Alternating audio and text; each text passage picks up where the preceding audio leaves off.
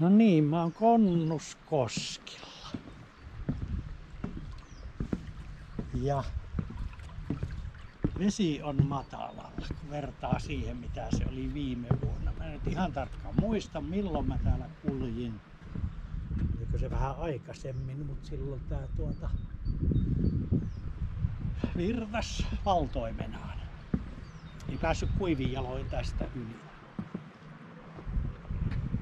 Tämähän tietää sitä, että Saimaan pinta tulee olemaan varmaan matalalla koko tämän kesän.